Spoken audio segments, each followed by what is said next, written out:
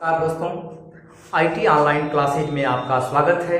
मैं कमलेश कुमार हिंदी का टॉपिक आपके सामने समास लेकर के प्रस्तुत हो रहे हैं। आइए हम लोग समास पढ़ते हैं। समास। समास का शाब्दिक अर्थ होता है संक्षिप्त। समास का शाब्दिक अर्थ होता है संक्षिप्त। समास किसे कहते हैं? समास की परिभाषा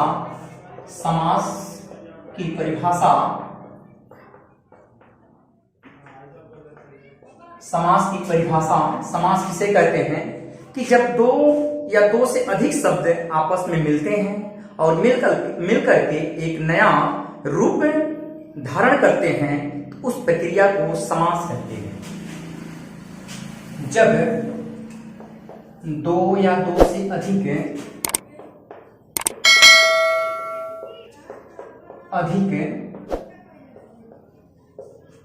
पद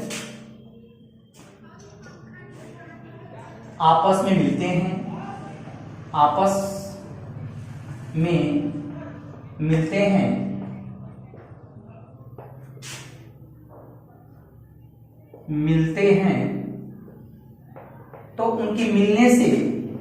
तो उनके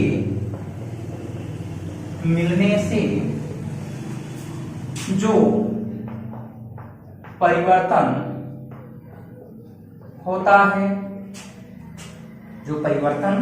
होता है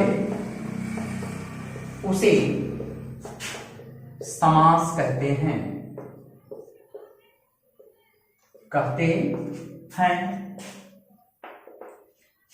जब दो या दो से अधिक पद आपस में मिलते हैं और तो उनके मिलने से जो परिवर्तन होता है उसे समास कहते हैं। जैसे उदाहरण के लिए देखते हैं दोस्तों कि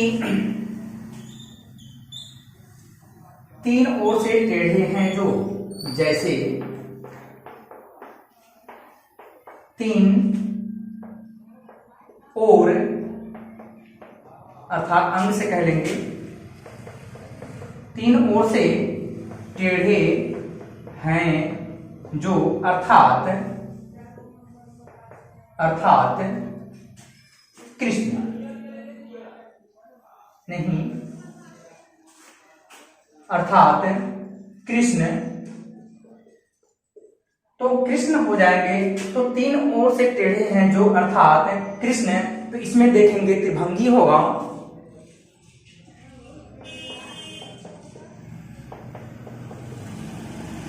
त्रिभंगी यानी त्रिभंगी है तीन ओर से टेढ़े हैं जो अर्थात कृष्ण हैं, तो इनको त्रिभंगी कहा जाता है। त्रिभंगी देखते हैं और आते हैं इसके बाद समास विग्रह।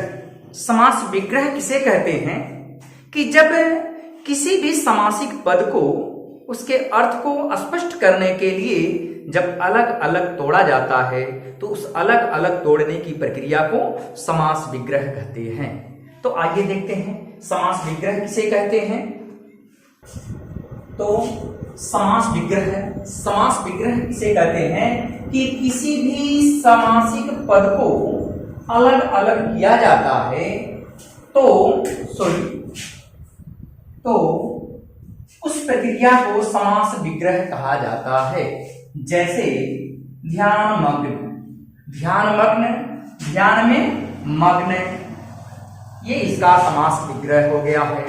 दोस्तों, यदि आप हमारे YouTube चैनल पर पहली बार हैं तो इस चैनल को लाइक, सब्सक्राइब एवं बेल आइकन की घंटी अवश्य दबाएं, जिससे आपकी YouTube पर अपलोड होने वाली वीडियो सबसे पहले आप तक पहुंचे। सर, इसके बाद फिर तो दोस्तों समास के कितने भेद हैं? 6 भेद हैं। 6 भेद देखते हैं। अव्ययी भाव समास, बहुव्रीहि समास, तत्पुरुष समास, कर्मधारय समास, द्विगु समास, द्वंद्व समास। तो दोस्तों देखेंगे इसका ट्रिक भी आता है। अब तक दादा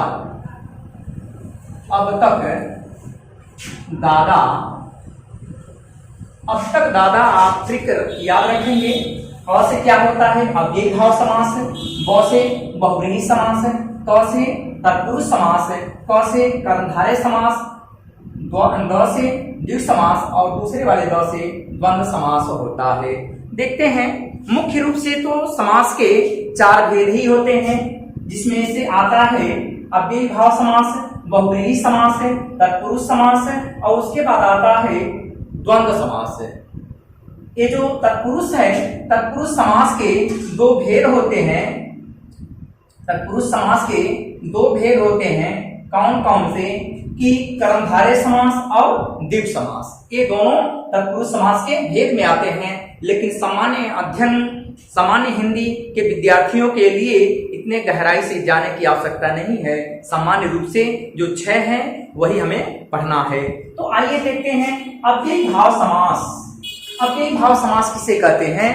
आइए, जब या जिस समास का पूर्व पद अव्यय हो, अव्यय तथा उत्तर पद संज्ञा हो, तो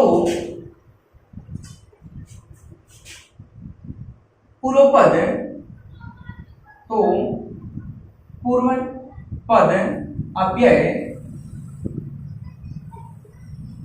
संज्ञक शब्द के साथ मिलकर, संज्ञक शब्द के साथ मिलकर समस्त पद अव्यय बन जाता है, अव्यय बन जाता है, तो इसे अव्ययी भाव समास कहते हैं। तो इसे अव्ययी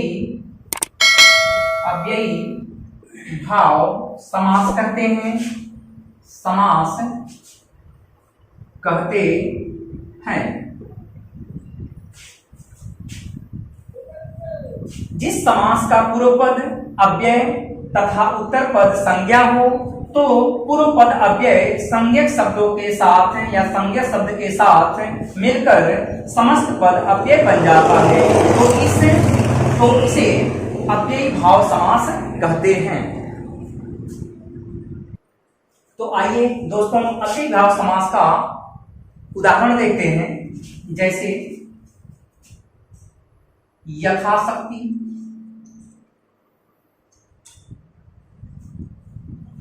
यथाशक्ति इसका समास विग्रह होगा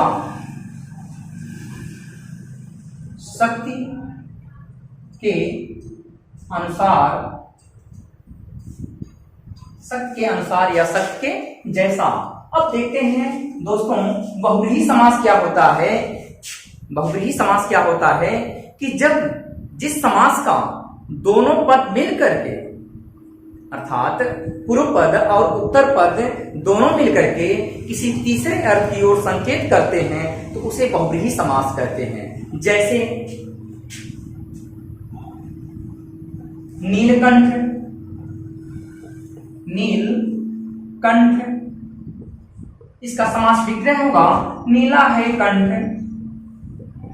नीला है कंठ जिसका, नीला है कंठ जिसका अर्थात शिव, नीला है कंठ जिसका अर्थात शिव। ये देखिएगा दोस्तों, बहुब्रीहि समास का उदाहरण हुआ। अब देखते हैं तत्पुरुष समास किसे कहते हैं। तत्पुरुष समास उसे कहते हैं कि जिस समास में कारक चिन्हों का लोप हो उसे तत्पुरुष समास कहते हैं, और तत्पुरुष समास का उत्तर पद प्रधान होता है। आइए देखते हैं तत्पुरुष समास का उदाहरण। जैसे गंगा जल, गंगा जल इसका समास होगा, समास विग्रह है गंगा का जल। अब देखिएगा दोस्तों, इसमें क्या है कि कारक चिन्हों का लोप होता है। जैसे देखिए गंगा जल एक समास है, समासिक शब्द है, और समासिक शब्द में क्या है, का छिपा हुआ है, जो समास विग्रह करते समय वह सामने दिखाई देने लगता है। अर्थात वह कारक चिन्ह कौन कौन से हैं हिंदी में? हिंदी में 8 कारक चिन्ह होते हैं, जिसमें आता है पहला, कर्ता ने कर्म को करण से संप्रदान के लिए, आपादान से संबंध का के अधिकरण में पर संबोधन, अरे वाह ओ इत्यादि। तो देखेंगे गंगा जल तो जैसे संबंध का की के आता है, इसलिए देखेंगे जल किसका है, गंगा का है, तो गंगा का यहाँ है संबंध तत्पुरुष समास, इसमें भेद में आ जाएगा। आइए दोस्तों देखते हैं कर्मधारय समास किसे कहते हैं, कि जिस समास का एक पद विशेष्य तो दूसरा विशेषण हो, और वो दोनों मिलकर, जिस समास का एक पद विशेष्य तो दूसरा विशेषण हो, और वो दोनों मिलकर उपमेय और उपमान का संबंध बनाते हो, तो उसे कर्मधारय समास कहते हैं। जैसे देखते हैं कर्मधारय समास का उदाहरण देखते हैं आपका, जैसे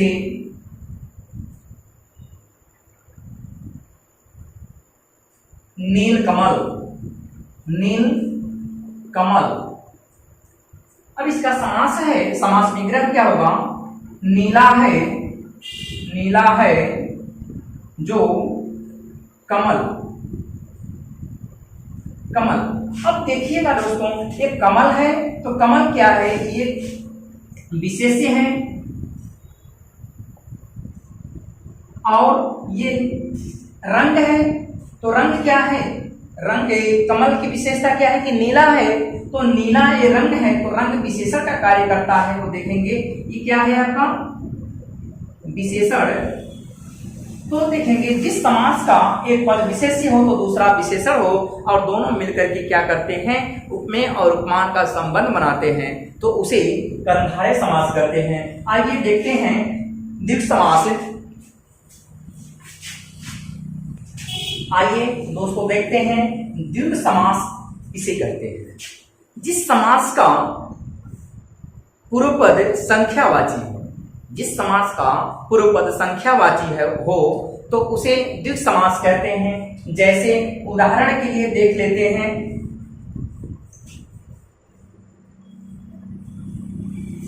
पंचवटी, ये आपका उदाहरण है द्विग समास का। पंचवटी 5 वटों का समूह, 5 वटों का समूह या समाह। ठीक है, तो देखते हैं कि वट कितने हैं, 5 हैं, तो पहला पद क्या है, संख्यावाची है। अब आइए देखते हैं द्वंद्व समास किसे कहते हैं। द्वंद्व समास किसे कहते हैं, जिस समास का दोनों पद प्रधान हो उसे द्वंद्व समास कहते हैं। जैसे माता पिता, इसका समास विग्रह होगा माता और पिता। ध्यान दीजिएगा, द्वंद्व समास में क्या होता है, और, अथवा, या, व, तथा आदि का लोप होता है, जो समास विग्रह करते अपने अस्तित्व में आ जाते हैं। अब देखिएगा दोस्तों, इसमें दोनों पद प्रधान होते हैं। द्वंद्व समास में दोनों पद प्रधान होते हैं, इसमें से किसी एक नहीं, दोनों होते हैं। तो दोस्तों आज का ये टॉपिक कैसा लगा, अच्छा हो तो आप लाइक, सब्सक्राइब तथा दूसरों तक अवश्य भेजिए। धन्यवाद।